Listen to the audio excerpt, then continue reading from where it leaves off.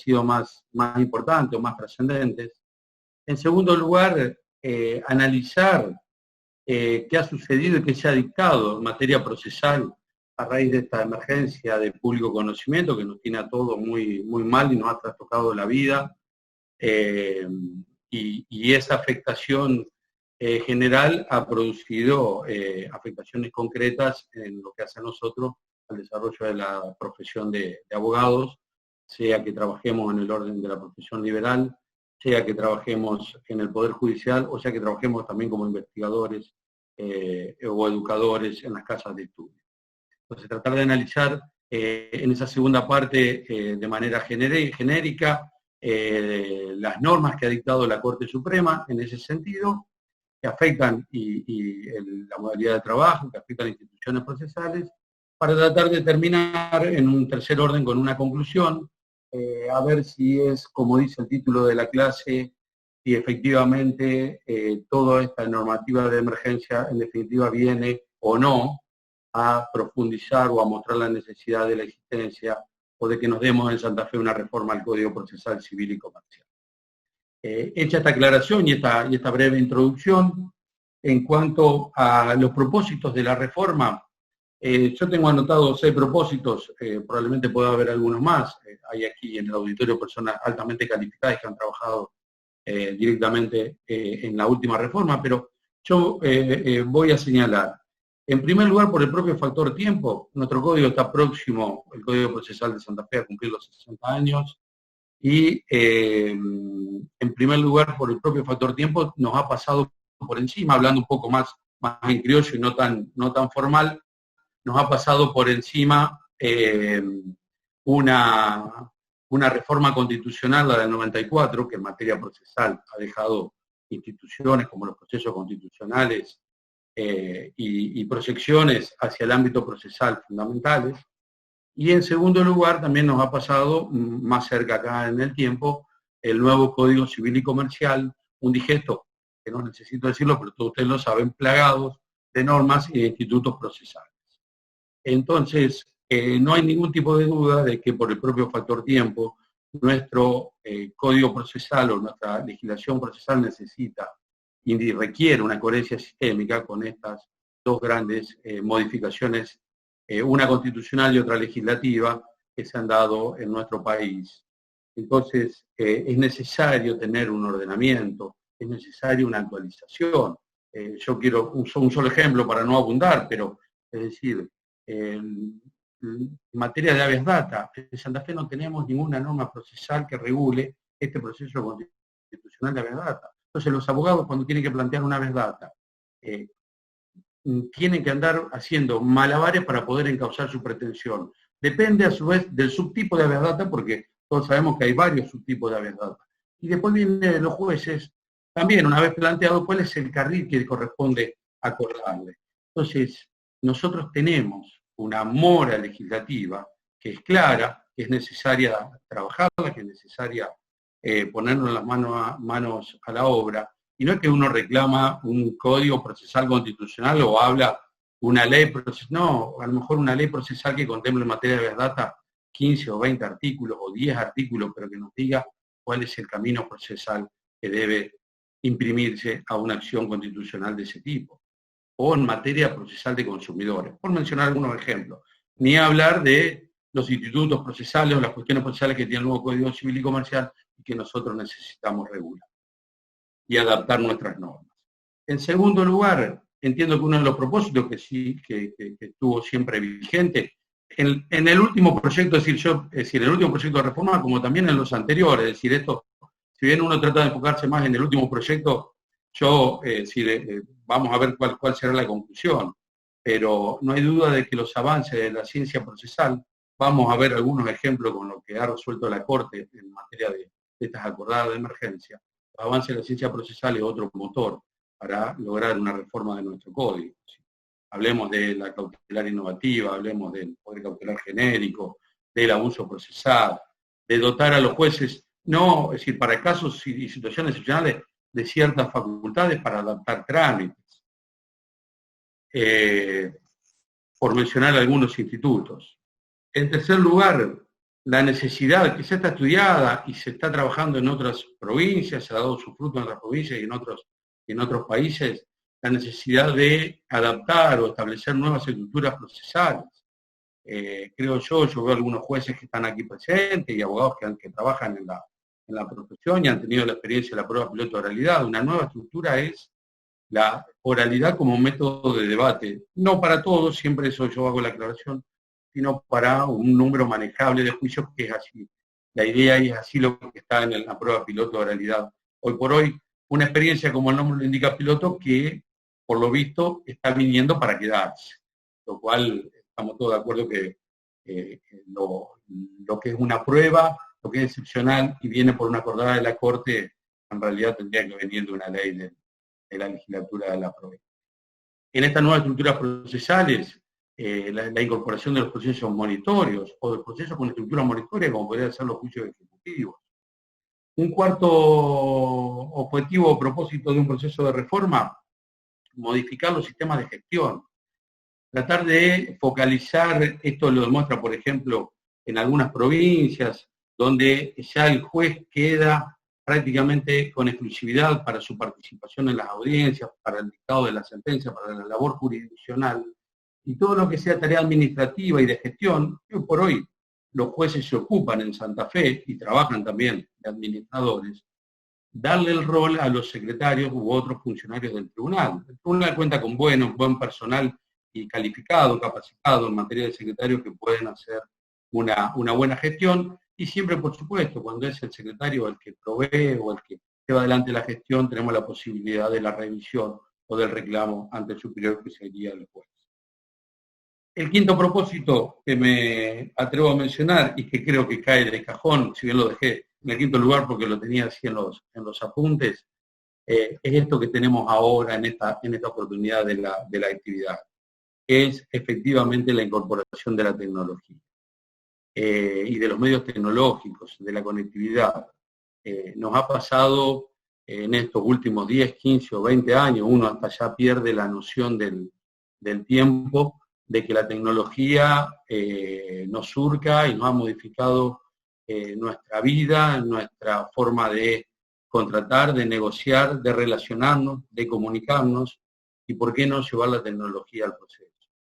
Si yo puedo desde mi casa, y todos lo hacemos cada vez, no pensando tanto ya en la seguridad o la inseguridad de una página de internet o de una determinada aplicación, comerciar a distancia como sucede, conectarnos con personas a distancia, dialogar, tener un encuentro o una clase a distancia, ¿y por qué no podemos implementar la tecnología para el proceso? Creo que esto es fundamental para procurar nuevas herramientas, porque lo que no nos debemos olvidar, si bien lo adelanto antes de mencionar los últimos dos propósitos de una reforma procesal, pero que no nos podemos olvidar de que en el proceso lo que se debate y lo que llega al proceso son todos aquellos conflictos que en el plano de la sociedad no han tenido una solución amistosa. Y llegan al proceso porque tampoco han tenido solución amistosa en los medios alternativos de resolución de controversias. Siempre doy los ejemplos, si bien soy reiterativo en materia de consumidores. Los casos son patentes que aquí en Santa Fe nuestra jurisprudencia da cuenta de, y nos habrá pasado a lo mejor probablemente a todos o casi todos los que estamos hoy en este encuentro. Es decir, ante cualquier problema o producto o servicio, vamos a la oficina de defensa del consumidor, que por suerte hay varias, es decir, hay varios medios, y la municipalidad, la Defensoría del Pueblo, la Secretaría de Comercio Interior, y muchas veces después terminamos luego de un largo transitar, de un peregrinar de la persona, en busca de una solución a un pequeño conflicto, terminamos en los estrados judiciales. Entonces lo que tenemos que hacer es tratar de que la tecnología, las nuevas estructuras, nos permitan una pronta o más rápida resolución de esa controversia por los derechos que están en juego. Esto me lleva a mencionar los últimos dos propósitos. El último propósito, perdón, es la simplificación y la estandarización de los trámites. En esto también tenemos un ejemplo que está desarrollándose en Santa Fe y en Rosario, como son las oficinas de procesos sucesorios. Es decir, tratar de que a un universo de causas similares. Los números varían un poco, pero aproximadamente podemos hablar de más de un 80, cerca de un 90% de los juicios sucesorios no tienen controversia, son lineales, si uno quisiera hacer una línea, son prácticamente lineales, entonces darle a esos juicios la misma respuesta.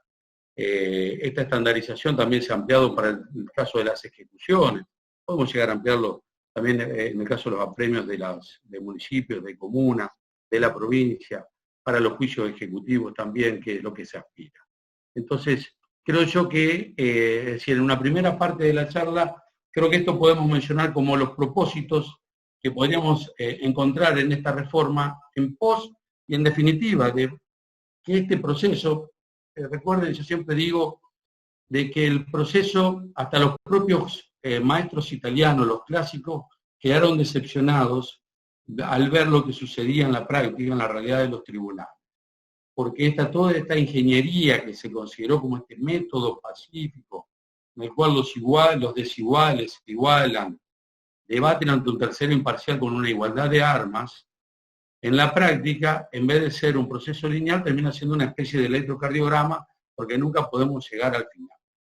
Y llegar al final significa dar tutela al derecho del autor o del demandado, pero dar tutela a los derechos que han buscado protección, que han golpeado esa puerta de la justicia.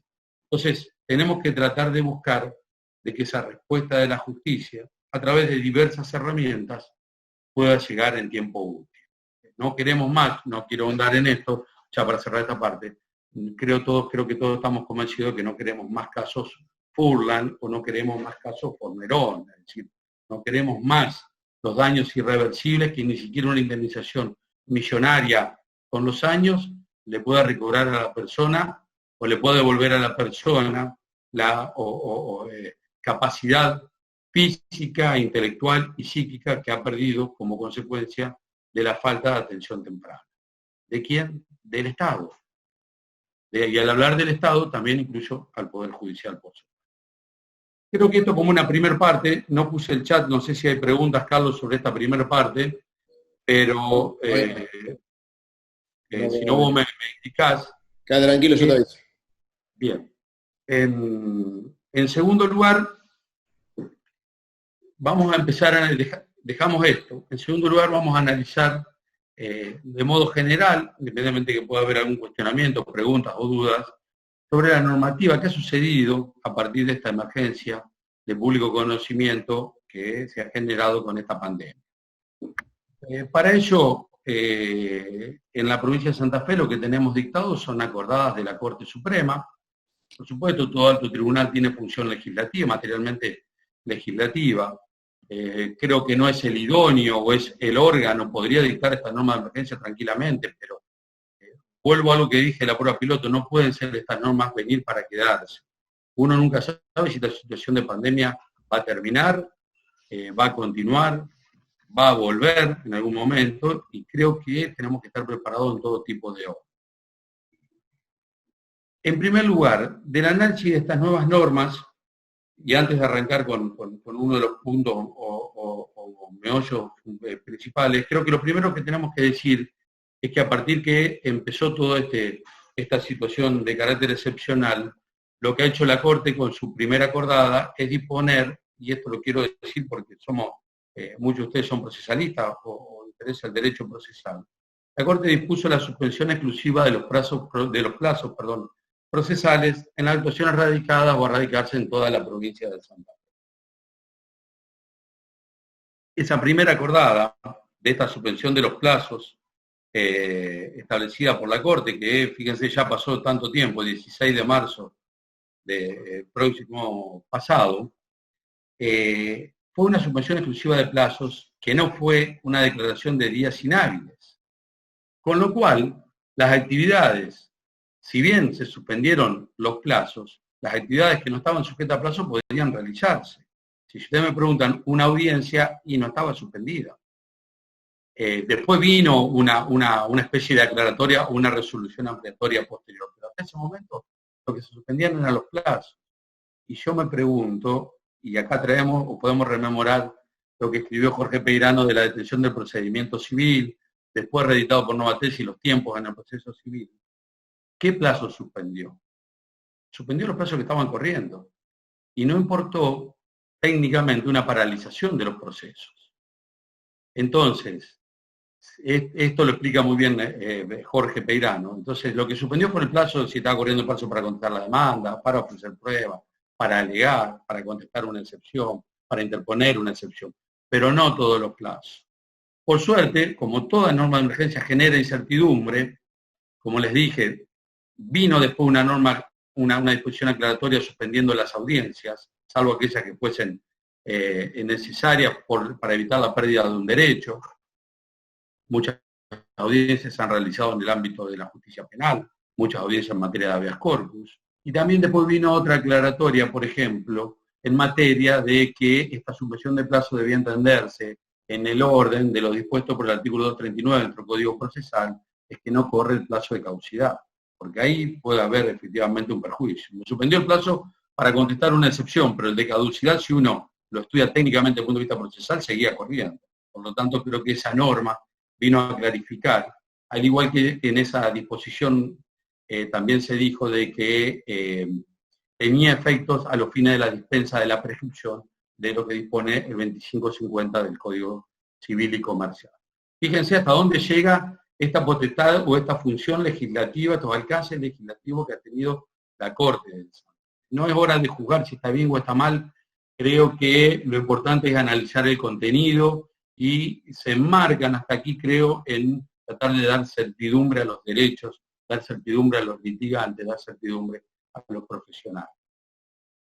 Esta suspensión de los plazos y esta suspensión posterior de las audiencias, lo que trajo aparejado y como consecuencia de ello fue decir, miren, a partir de aquí los casos que se van a atender en la justicia santafesina son casos urgentes. En un primer momento no se dijo cuáles eran los casos urgentes. Uno realmente hace la similitud y dice, bueno, son los casos de feria. Podemos trasladar el criterio de la feria judicial, de los casos que se atienden en feria, a esta situación.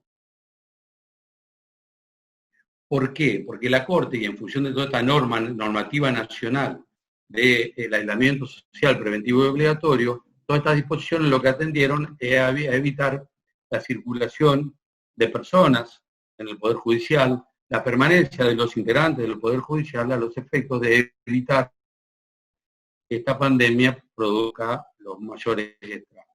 Entonces, ante esta imposibilidad se dijo, bueno, vamos a atender estos casos urgentes, que luego, con el tiempo, el tribunal, la propia Corte, en sus acordadas, fue ampliando las materias de estos casos urgentes. Antes de ingresar ahí o de mencionar algunas de ellas, creo que es importante de que esta situación, donde la Corte dijo, miren, en definitiva, estamos parando la tarea del tribunal, atendiendo los casos urgentes, estamos suspendiendo los plazos, suspendiendo las audiencias, bien atado de la mano con una nueva modalidad de trabajo. Y que creo que esto es importante y trascendente. Se implementa una nueva forma de trabajar. Ya las presentaciones no se van a hacer de manera escrita y presencial, sino que se van a hacer a través del uso de la tecnología. Esta innovación en cuanto a la forma de trabajar en el tribunal viene de la mano con la incorporación de esta tecnología que hoy hablábamos al proceso civil y comercial. Y esta incorporación de la tecnología para la presentación de escritos, sea que el profesional tenga firma digital, o sea que lo envíe por correo electrónico, esta utilización de la tecnología con el tema de la presentación ahora como se amplió para las demandas y la documental, que debe estar escaneada o en un soporte magnético. El empleo de la tecnología para las comunicaciones entre los tribunales, los actos de comunicación entre los tribunales y entre el tribunal y los órganos administrativos, por ejemplo, las vistas de la caja forense. Y la utilización de la tecnología con algo que está previsto en el Código Procesal Laboral, pero que también viene de la mano de una acordada de la Corte. En su momento fue cuestionada cuando por los colegios de abogados, que después se suspendió su aplicación, lo que denominamos las notificaciones electrónicas, llamamos las notificaciones electrónicas, también mediante el uso de la tecnología. Y esta tecnología, esta conectividad, esta nueva forma de trabajar también importa y conlleva como consecuencia una nueva forma de trabajar para el profesional liberal y los profesionales auxiliares de la justicia, los cuales ahora el nombre técnico, el nombre que se usa es teletrabajo, a mí no me gusta tanto porque parece más televisión que trabajo, pero bueno, y también ese trabajo a distancia también para los operadores, para los integrantes del Poder Judicial, muchos que por razón de edad o de enfermedad están excluidos, siguen trabajando a distancia. Entonces creo que estas normas dictadas de emergencia por el tribunal para esta situación excepcional influye y decididamente introduce la tecnología en el proceso civil y comercial. Creo que es un paso del cual ya creo que aun cuando superemos, aun cuando se llegue a lo que se denomina por algunos la nueva normalidad, creo que hay cosas que ya no se van a volver atrás. Se podrán repensar, se podrán mejorar, no hay ningún tipo de duda, pero creo que lo que vamos avanzando con la tecnología, creo que ya es difícil luego retroceder. Fíjense que hasta los turnos para los actos presenciales, por ejemplo, la certificación de los poderes, se solicita el turno online para poder después ir a la oficina correspondiente a la certificación. Yo pensaba, por ejemplo, la labor de los oficiales de justicia, tal vez no sea sustituible la labor, por ejemplo, del oficial notificador, sí, salvo algunas excepciones, pero la del oficial de justicia o de los jueces comunitarios, tal vez cuando cumplen diligencias es muy difícil sustituirlo. Pero a lo mejor también podremos emplear la tecnología para hacer el acto, a lo mejor en menor tiempo, por si todavía estamos en una situación excepcional, valerse la tecnología del celular o de una cámara si hay que hacer, por ejemplo, una contactación, como muchas veces se hace. Directamente que el oficial de justicia vaya hablando y emplee el teléfono y después lo sube al sistema y lo sube al expediente, lo asocia al expediente. Entonces, creo que tenemos que ir avanzando con esta implementación de la tecnología. No puedo escucharlo. No podés.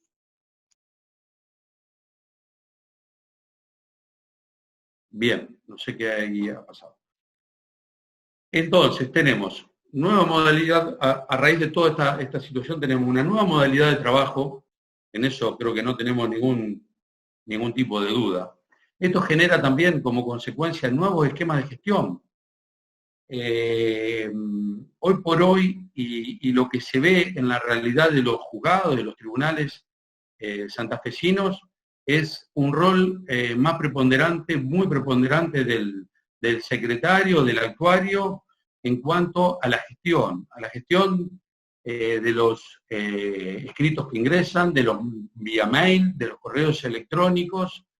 Entonces, hay algunas realidades, algunas provincias que han establecido o modificado la estructura tradicional, histórica, como tenemos nosotros los juzgados, estableciendo una especie de mesas de entradas de gestión única y a partir de allí una especie de dividir el trabajo entre los distintos juzgados. Entonces, hoy por hoy, eso es lo que está sucediendo en la realidad y nos está demostrando de que el juez está más para la actividad jurisdiccional y hay otros funcionarios que se encuentran o que se están a cargo de esta gestión, de este funcionamiento de las cuestiones administrativas.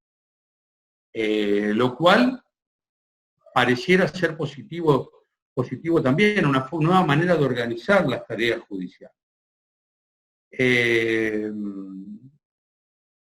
Tenemos también en esta normativa, dijimos las audiencias, no quiero mencionar también la incorporación de la tecnología en las audiencias, porque la Corte está indicando, como sucede en el fuero penal, que las audiencias, la regla es poder tomarla mediante un sistema, como puede ser Zoom, mediante un sistema digital y solo excepcionalmente de manera presencial. Yo consideraba y avanzando, trayendo algo de lo que tenía para el final, pero en el marco de la prueba piloto de oralidad, una audiencia de proveído de prueba, la audiencia llamada preliminar en el orden nacional, la preparatoria, es una audiencia que no debe ser videograbada, hay que tener esa precaución, pero en el cual está el juez, está la parte con su profesional, está la otra parte con su profesional, y se podría tomar por el sistema de videoconferencia mediante el empleo de la tecnología. Creo que no habría inconvenientes. Por supuesto que la audiencia de vista de causa o producción de prueba también. Lo que sucede es que muchas veces allí tenemos algún tipo de inconveniente por si van, por ejemplo, yo pensaba los testigos. Entonces, ahí probablemente esa audiencia, a lo mejor en el edificio del tribunal, en la audiencia preparada al efecto, siempre teniendo todas las precauciones necesarias conforme las normas de salubridad que nos están rigiendo en esta situación excepcional. Pero las audiencias tenemos que saber de que si bien están suspendidas, aquellas en las cuales puede existir la pérdida de un derecho, puede estar en riesgo, como en materia penal, la libertad ambulatoria de las personas, aquellas audiencias se deben ordenar, se deben celebrar, si bien de carácter excepcional, aunque hoy por hoy, con la amplitud de las materias que ha hecho la Corte, creo que mayor cantidad de audiencias podríamos estar celebrando. La Corte también en estas resoluciones, entendiendo a lo que hablábamos, la digitalización, al expediente digital. Fíjense que nosotros parecemos estar cerca, pero estamos lejos del expediente digital. Hoy por hoy, todo, si no tenemos, y estamos acostumbrados, tal vez los más jóvenes nos sacan algunas ventajas, nosotros queremos en el ordenador, en la tablet, en el celular, ver el expediente, ver la documental escaneada, tener la audiencia video grabada, pero también queremos el papel. Entonces es difícil desprenderse de él. De a poco hay que lograrlo, hay que tratar de buscar ese expediente digital, como en alguna jurisdicción existe. Para eso, por ejemplo, la Corte en estas resoluciones también ha restringido el retiro de los expedientes, también buscando que no se concurra al edificio del tribunal. Por lo cual, si el expediente está en el sistema, únicamente el permiso para restringir pareciera ser una aplicación a rajatabla del artículo 56 de nuestro código procesal. Y para agregar, por ejemplo, entre las materias, como nota distintiva, vamos bien, Carlos, ¿no es cierto, con el horario? Sí, Lucho, vamos bien, vamos bien. Bien. Probablemente me puedo olvidar algo, pero pregunten. Total, si yo no sé responder, Carlos le da la respuesta. La Corte ha ampliado las materias y, por ejemplo, la Corte, uno cuando analiza en materia de familia, emplea un lenguaje que es del Código Civil y Comercial y que no es el lenguaje que tenemos en nuestro Código Procesal Civil y Comercial. La Corte, cuando amplía las materias, habla de medidas cautelares o situaciones en las cuales se pueden perder derechos, y yo me pregunto si una situación, llamémoslo a través del carril de la medida innovativa, no creo que es momento de discutir figuras procesales, pero de la medida innovativa o de la sentencia anticipatoria, ¿sí? ¿Por qué no permitir un caso Pardo o por qué no permitir un caso Olivo Pablo, uno de los últimos de la Corte del año 2018, en el cual da esta tutela ante una situación, le da una silla de rueda automatizada a una criatura que había sufrido una mala praxis médica y que no podía esperar hasta el final del juicio para tener esa silla de rueda, porque si no los daños y hasta la propia vida de la persona estaba en serio riesgo de perder efectivamente esa vida. Y la Corte habla, allí cuando abre para los procesos urgentes, no cierra lo que es el catálogo de nuestro Código Procesal. Yo aquí cerraría un poco de manera general cuál es esta nueva normativa que nos está rigiendo. Fundamentalmente, fundamentalmente es el nuevo esquema de trabajo, es la suspensión de los plazos de audiencias con temas urgentes que se fueron ampliando y con reanudación a partir de hoy en el resto de la provincia de plazos, de audiencias a partir del 1 de junio, para el resto de la provincia, con excepción de los dos grandes aglomerados, que todos sabemos que son Santa Fe y Rosario.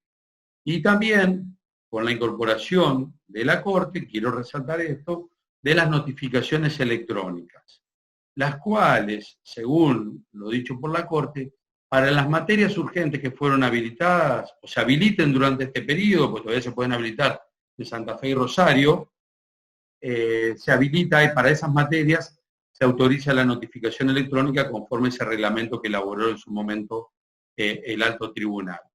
y para el resto de la provincia ya empiezan a correr los plazos y empiezan a volver la actividad, si se puede decir, a la normalidad, y ahí sí ya rigen las notificaciones electrónicas para todos los casos, según surge de la lectura de las actuaciones o de lo resuelto por la Corte. Cerrado este segundo punto, a modo de conclusión o de cierre, creo yo de que aquellos propósitos iniciales que mencionamos de un proyecto de reforma procesal, civil y comercial en Santa Fe, no abogo por el proyecto que está en la legislatura, del cual todos ustedes saben que yo he participado activamente, pero que sea ese proyecto, que sea uno anterior, que sea otro proyecto, o que sean reformas parciales, bienvenidas sean, si bien no es lo mejor las reformas de tipo parcial, pero en estos tiempos necesitamos de mucha incertidumbre, necesitamos muchas veces claridad, y a partir de las normas y del trabajo serio, en conjunto del legislador, podemos llegar a obtener. De hecho, hubo algún proyecto presentado para reformar algunas normas del Código Procesal y de la Ley Orgánica en su momento. Creo yo de que, volviendo al cierre o a la conclusión, aquellos propósitos, fíjense, dijimos, incorporación de la tecnología, creo que no tenemos ningún tipo de duda de que la incorporación de tecnología debe surcar un nuevo digesto de enjuiciamiento civil en la provincia de Santa Fe. Estamos lejísimos de otras jurisdicciones, y probablemente las acordadas de la Corte a lo mejor vienen como la prueba piloto para quedarse, sean el sustento suficiente para la incorporación de la tecnología, pero creo que tenemos mucho más para hacer. Yo les comentaba lo de la audiencia preliminar, o la audiencia de proveído, lo de la tarea de los oficiales de justicia, muchas más tareas que podemos implementar la tecnología. Me olvidé decirle de la implementación de la tecnología, también las normas prevén la utilización de la comunicación o notificación del teléfono, la utilización del teléfono, de WhatsApp, de las presentaciones o las consultas por esa vía también. De hecho, en materia, por ejemplo, muy delicada, en materia de violencia familiar, hasta se ha habilitado Facebook para hacer las presentaciones, las denuncias o las comunicaciones. Entonces, creo yo que en materia de tecnología, un primer propósito que yo mencioné al principio, hoy por hoy hay que reforzarlo. Es fundamental que la tecnología incorporarla a nuestro ordenamiento procesal, civil y comercial. En segundo lugar, creo que de la mano de la tecnología viene también la simplicidad de los trámites, viene también la estandarización. Si la estandarización hoy por hoy que es necesario mejorarla, que es perfectible, por supuesto, pero que estamos teniendo estos ejemplos en materia sucesoria, en materia de ejecuciones, creo que hay que profundizarla. Viene también de la mano de otro propósito, que es la simplicidad de los trámites. También debemos, creo yo, que el otro propósito, aquí tenemos 3 de los originarios, que creo que los seguimos manteniendo y nos vienen a dar sustento para mantener una idea de reforma, de una necesidad de una reforma. Creo que los avances de la ciencia procesal, no hay duda. Yo les dije que la Corte utilizaba el lenguaje del Código Civil y Comercial. Uno, aquellos 2 propósitos, los avances de la ciencia procesal con la necesidad de adecuación o de coherencia con la reforma constitucional del 94 y con lo que dice el Código Civil y Comercial. Nosotros tenemos que adaptar nuestras normas a materia de poder, donde ya hay fallo de la Corte de la provincia que ha pasado por encima de lo que dice el 42 de nuestro código. Nosotros tenemos que adaptar el tema de las pruebas en materia documental, tenemos que adaptar la prueba en materia testimonial, tenemos que adaptar los procesos de familia. No hay ningún tipo de duda. Les dije, la Corte emplea en los casos urgentes el lenguaje del Código Civil y Comercial. ¿Y dónde está en el Código Procesal o en la ley orgánica eso? La Corte emplea, bien o mal, las medidas autosatisfactivas como materia para tramitar durante esta situación de emergencia. Y díganme, ¿se comparte o no la medida autosatisfactiva? Díganme dónde está legislada la medida autosatisfactiva. Planteada por los profesionales, ya les genera al profesional cuál es el cauce procedimental que va a solicitar y al órgano jurisdiccional cuál va a ser el que le va a acordar. Entonces, la Corte está empleando la medida autosatisfactiva entre las materias. Entonces, no digo que incorporemos la medida autosatisfactiva, pero por lo menos algunos institutos que la propia desarrollo del derecho procesal y que han tenido experiencia, miremos en otras provincias qué es lo que ha sucedido cuando se incorporaron esos institutos, a ver si tienen o no el cauce y la necesidad, pero abramos también el debate en ese sentido. Lo que yo les dije hoy, el poder cautelar genérico.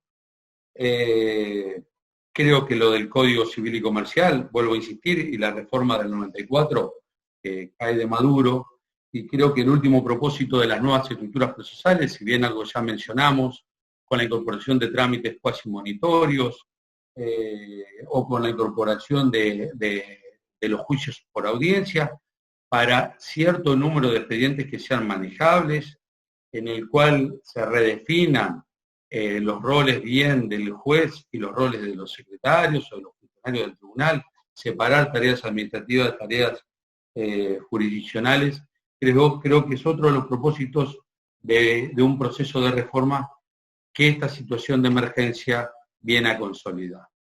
Creo yo, y les reitero, sin querer ni que se apruebe el proyecto que está en la legislatura, que tuvo media sanción y quedó en la Cámara de Senadores, ni que se reflote otro proyecto o se proponga otro proyecto. Creo yo que hay que debatir y que necesitamos, es decir, no podemos, aun cuando Dios quiera superemos esta situación de pandemia y volvamos a la normalidad tal cual la habíamos concebido. Creo que la tecnología, nuevas formas de trabajo, creo yo que buscar la simplicidad, las estructuras, creo que adaptar nuestra normativa al Código Civil, a la reforma constitucional, va a ser una cuenta pendiente. Entonces, creo que cada uno desde su lugar, de su punto de vista, de su trabajo, tenemos que tratar de generar, de aportar para que toda esta situación que estamos viviendo, especialmente en materia procesal, no nos quedemos el día de mañana con normas de emergencia. Yo leía, por ejemplo, el artículo del Código en materia de plazos procesales, en la parte final del 71, cuando habla con no se suspende sino por fuerza mayor. Yo no sé si no hay que reformar también para ver si esta situación de emergencia nos dice, ojo, también hay que decir algo en materia de plazos, ojo, también hay que decir algo más específico en materia de caducidad, para que no surja una acordada de la Corte que diga, mire, esto importa que usted no va a poder plantear la caducidad. No sé si no es necesario modificar los artículos en materia de audiencia. Entonces, y hasta lo que está trabajado, o lo que surge de la prueba piloto de oralidad a partir de la experiencia que nos pone esta situación de emergencia. Creo yo de que, por lo menos desde mi punto de vista, creo que entre todo lo negativo de esta situación, la parte positiva para nosotros, para quienes nos preocupa el derecho, nos preocupa la realidad del proceso civil y comercial en el orden de la provincia de Santa Fe, creo que es una buena oportunidad para ver el vaso medio lleno y apostar por tratar de lograr nuevas normas procesales que van a dar una mayor claridad, tranquilidad, transparencia y que van a tratar de lograr, si tenemos en cuenta estos parámetros, soluciones prontas a los conflictos, que es en definitiva los derechos de los justiciables los que están en juego en el proceso. Carlos, no sé si hay preguntas, inquietudes, críticas, sugerencias, aceptamos mientras nos quede tiempo lo que quieran manifestar. Está abierto el chat, así que cualquiera que tenga una consulta la escribe por ahí para que sea más ordenado y para que quede registro además.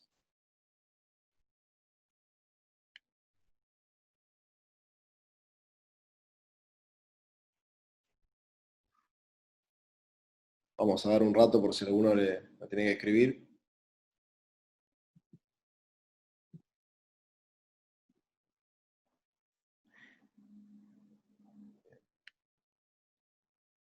O se entendió todo o directamente no se entendió nada. Vieron que cuando no hay preguntas se dice eso. Ahí hay una pregunta, Lucho. Bien, Fede, sí. Fíjense que en la suspensión de la caducidad, eso fue después de una resolución aclaratoria. Yo no quise hacer mucha más mezcolanza, pero en todo este combo de resoluciones que están disponibles en la página del Poder Judicial de Santa Fe, hay actas de acuerdo de la Corte y hay resoluciones de presidencia de la Corte. Y después también internamente, en cuanto a las modalidades de trabajo, también hay resoluciones de Secretaría de Gobierno de la Corte. Con lo cual hay una interesante mezcolanza administrativa. En esa aclaratoria o en esa resolución ampliatoria lo que se dijo expresamente es que la estoy buscando, la tengo acá directamente, fíjate que dice que en resguardo de la seguridad jurídica y el acceso a la justicia, cabe establecer que la suspensión de los plazos procesales dispuesta por la Corte, en aquel acuerdo dijimos que era del 16 de marzo, conlleva la aplicación de los artículos 239 del Código Procesal Civil y Comercial y 2550, que es la dispensa del Código Civil y Comercial. Y el 239, para ser más claro, es aquel que prohíbe decretar la perención cuando el pleito se hubiere paralizado por fuerza mayor o disposición de la ley, con lo cual lo está asemejando a esos supuestos en esta situación, con lo cual no habría caducidad de instancia durante este periodo.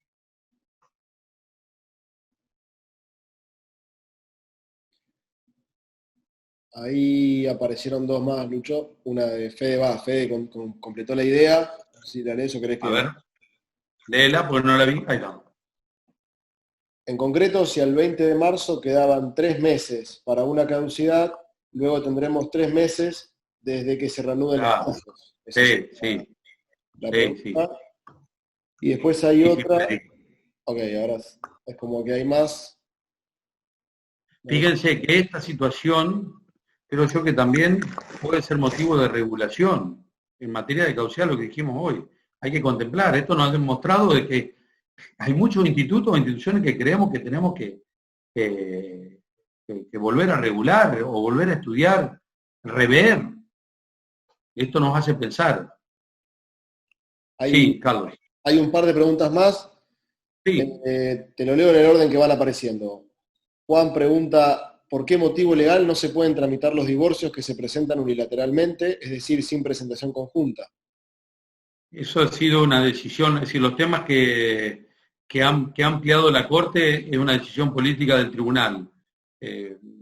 No, sinceramente no sé por qué motivo, no estoy en la Corte para saber cuál ha sido el motivo de por qué los divorcios por presentación conjunta se admiten y no los otros. Lo que sucede es que lo que habría que hacer para poder encauzar en ese tipo de requerimiento o en cualquier otro requerimiento que a lo mejor no esté dentro de las expresamente habilitadas, siempre hay una válvula de escape en todas las acordadas de la Corte, que son todas aquellas situaciones o procesos urgentes en los cuales podría llegar a ocasionarse la pérdida de un derecho o un agravio de difícil reparación. Entonces, si el caso, podría ser ese que menciona Juan, u otro caso, no está expresamente, entre los que expresamente mencionó la Corte, pero existe el riesgo de la pérdida de un derecho, de un agravio o un gravamen de difícil reparación ulterior, yo no dudaría en presentarlo. Va a exigir, por supuesto, en la presentación, en el escrito de demanda, una justificación, no de una hoja, de 2 hojas o de 500 renglones, sino una justificación, 3 o 4 renglones creo que es suficiente. Hay un modelo, hay una buena resolución que salió por el concurso de la minera, si bien en el orden nacional es distinto porque allí se decretó la feria extraordinaria, pero hay una resolución de esta minera que está en Neuquén, no sé si la vieron por los medios de comunicación, que ha dejado desempleado, que son 60 o 70 personas del lugar. Esta minera solicitó la habilitación de feria para tramitar el concurso y allí el juez que tramita da una serie, no es la resolución que abre el concurso, sino la que habilita para tramitar el concurso, da unas pautas en este sentido interesantes y aclaratorias. Están los portales digitales, está el caso, yo no lo tengo acá impreso, pero si no, pues si me escriben yo se los paso, no tengo ningún problema. Luciano, sí. Hay otra pregunta. Daniela pregunta si concretamente hoy se pueden hacer presentaciones por mail y si tienen que registrar la firma. No, la presentación es decir, o si el profesional tiene ya la firma digital, va con firma digital. Y si no, la presentación se realiza directamente por correo electrónico Y ahí aparece esa especie de mesa de entrada gigante que son los juzgados que están de guardia durante esta situación en Santa Fe y Rosario, o en tribunales de segunda instancia, donde también están los jueces o las salas a horas de guardia, y allí se distribuye y esas presentaciones para el juzgado que corresponde. Es decir, lo que se pensó tal vez en un primer momento, o se vio en un primer momento, que aquel que quedaba de guardia era el que tenía que proveer, decretar o habilitar la tramitación de las cuestiones urgentes, aun cuando no fuese ese juzgado, después fue rotando, fue cambiando y directamente se fue direccionando hacia el juez o juzgado o tribunal en el cual radicaba el expediente, para que lo decrete, lo provea, lo resuelva, libre la orden de pago, libre el oficio, etc. Hay otra pregunta sobre las notificaciones automáticas. ¿A qué proceso se aplicarían y en qué jurisdicción? Lo que dice la Corte en las notificaciones electrónicas, porque el reglamento el reglamento hablaba de la notificación por cédula digital. La notificación por cédula sigue siendo la misma del 62, los mismos supuestos. Lo que se modifica es que en vez de dirigirse, en vez de confeccionarse la cédula en formato papel y que vaya al oficial notificador, se realiza la cédula en la oficina, en el juzgado, en el tribunal que corresponda, en el órgano jurisdiccional, de manera digital, se sube al sistema y una vez que esa cédula se encuentra firmada de manera pública, se produce la notificación de acuerdo a ese reglamento que tiene la Corte, que siempre tenganlo presente, está en la página de la Corte, es el reglamento del 7 de marzo del 2019. Por supuesto hay que tener en cuenta de que ese día no se considera sino para los fines de empezar a contar el plazo. El plazo comienza a correr, como dice el código, al día siguiente de la notificación, del acto notificatorio. Lo que la Corte incorporó con los acuerdos al referir a las notificaciones automáticas, creo yo que no modifica en sustancia el sistema del código, porque lo que la Corte ahí dice es que las notificaciones automáticas de nuestro código, del artículo 61 del Código Procesal, van a seguir siendo los martes o los viernes, o el día siguiente si fuese aquel inhábil, posterior a que el decreto del órgano jurisdiccional, del juez o del tribunal, sea firmado, subido al sistema. Con lo cual no modifica. Lo que sí hay que tener en cuenta es que notificación automática, si bien es la regla, son pocos los supuestos de decretos o providencias de notificación automática. La mayoría que entra en el 62 seguirá siendo la cédula digital. Por lo cual, creo que aquí no hay ninguna modificación. La notificación automática sigue tal cual está hoy, es decir, una vez que el decreto se sube en el sistema, a partir de ese momento hay que considerar el martes o viernes posterior para quedar notificado de ese decreto. Pero si ese decreto providencia entra en el catálogo del 62, ahí se tendrá que confeccionar la cédula de carácter digital, subirla al sistema y a partir de ahí queda notificado. Y a su vez se dispara un correo de cortesía a los correos que los profesionales se hayan asociado a los expedientes, avisándoles de que se tiene una notificación en el sistema.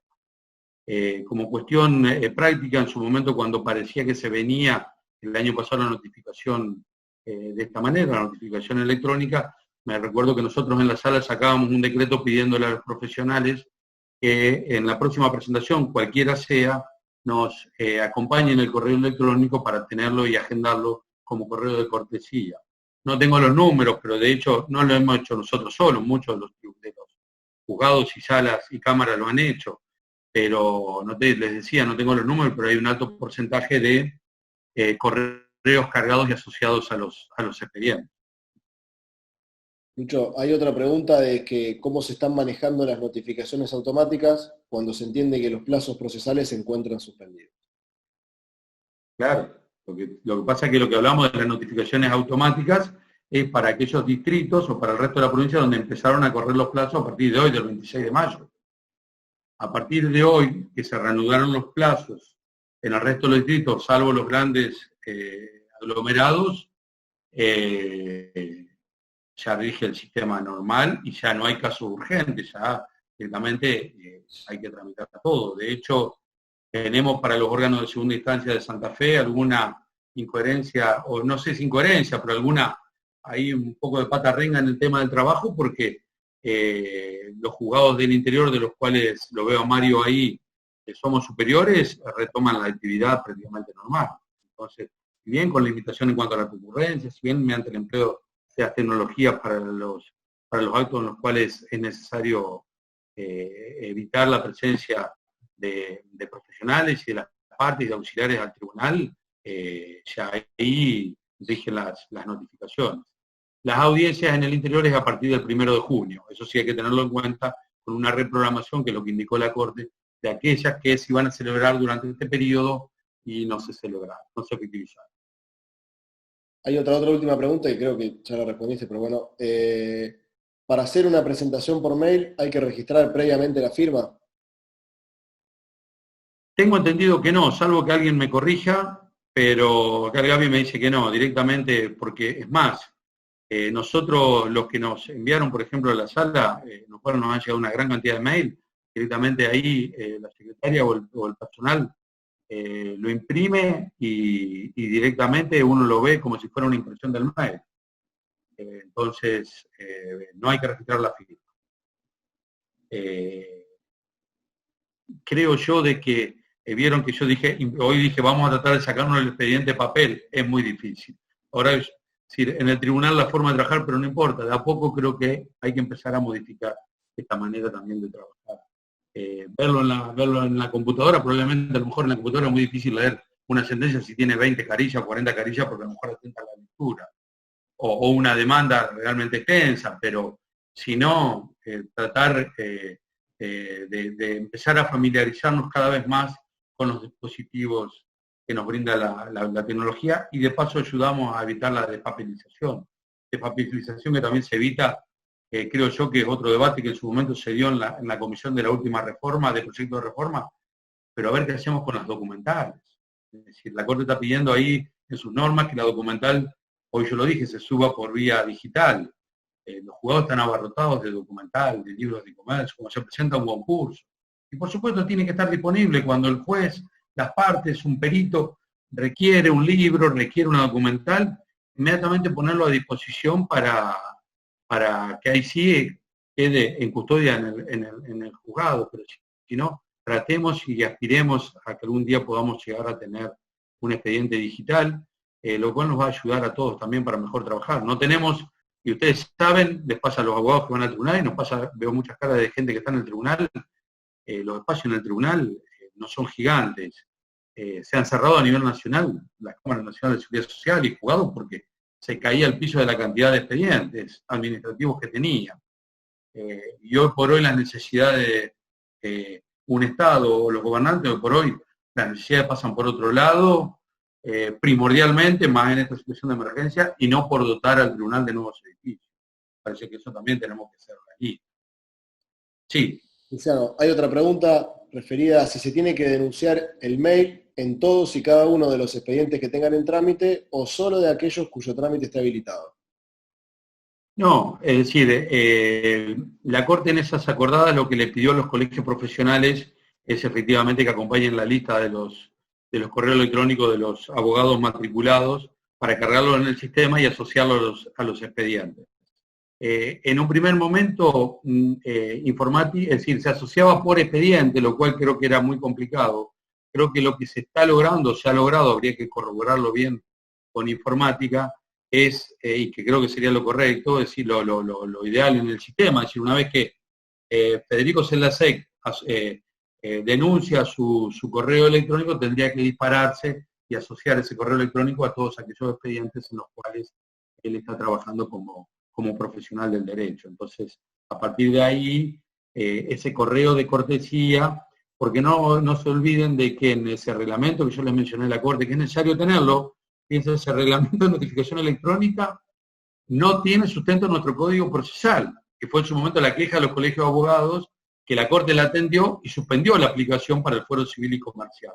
Es decir, para el fuero que no sea laboral, que sí la tiene incorporada en el Código. Entonces, tampoco nos enamoremos completamente de esa disposición, hay que aplicarlo hoy por hoy, pero busquemos que sea consagrada, que sea establecida por la ley. Tenemos tiempo para ver cómo está funcionando en el laboral, tenemos tiempo para ver cómo va a funcionar a partir de esta implementación de la Corte, para ver si hay que hacer ajustes o correcciones. Esto es como la prueba piloto de oralidad. Lo que en su momento se trabajó en el proyecto de código no siguió a pie juntilla, por ejemplo, el tema de ofrecimiento de prueba y algunas otras cuestiones de la prueba piloto de oralidad, porque se vio que había algún tipo de defecto o algún tipo de corrección que hacer sobre esa cuestión. Creo que es tiempo para poder aprovechar.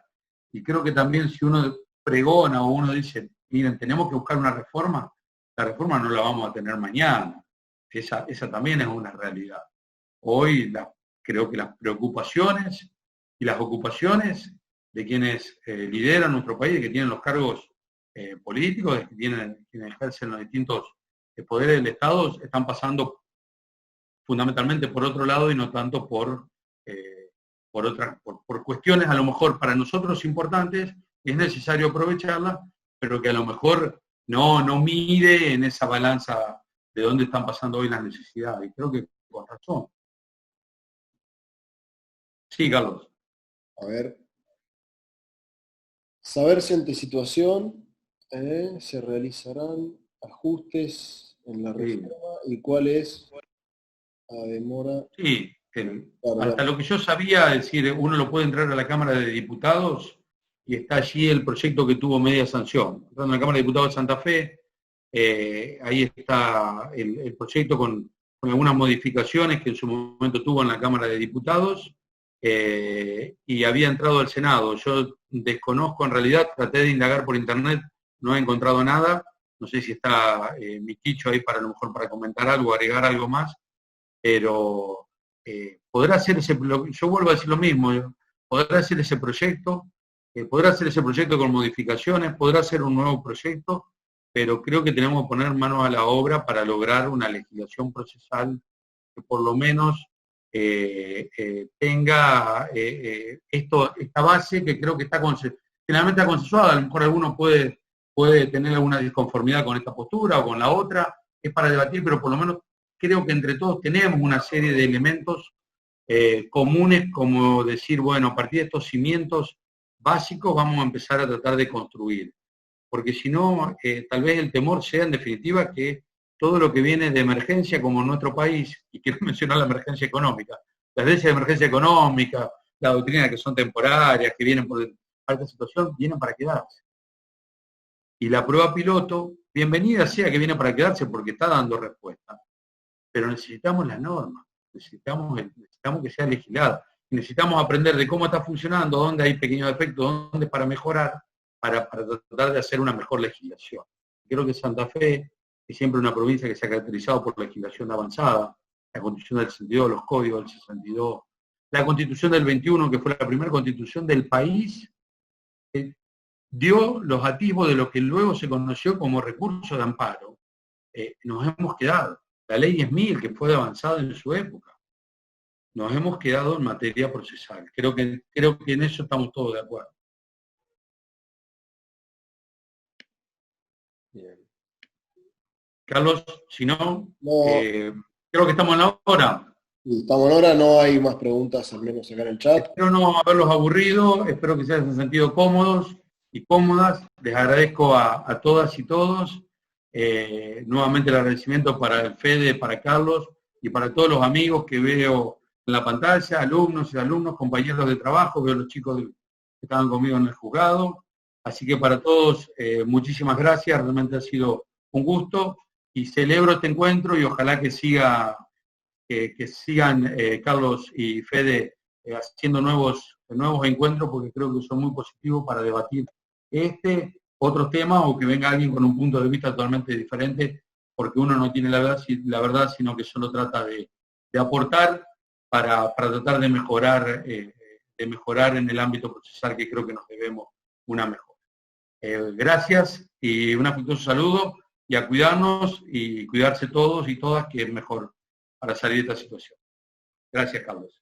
Muchas gracias, Luciano. Gracias por la charla, la verdad que es muy claro. Creo que todos nos llevamos un gran aprendizaje. No sé si Fede, ¿querés agregar algo? Sí, Una cosita nomás, agradecerle a Luciano desde el Comité Ejecutivo de la Asociación Argentina de Derecho Procesal, del cual soy miembro, vocal dentro del comité. Bueno, con Carlito estamos relanzando un poco la delegación de Santa Fe en lo que es la Comisión de Jóvenes Procesalistas. Si bien a mí ya me está dejando un poco de lado el tema de ser el tema de la juventud, sigo estando dentro de la asociación y bueno, estamos metiendo un poco de pilas a este tipo de cuestiones, estamos rearmando el grupo, con lo cual queríamos invitar a todo aquel que le interese este tipo de actividad, que le interese, que disfrute el derecho procesal, que lo quiera hacer de una manera más académica, por llamarlo de alguna manera, ¿no? Pero en realidad nos juntamos un poco los que nos gusta el derecho a hablar, a compartir,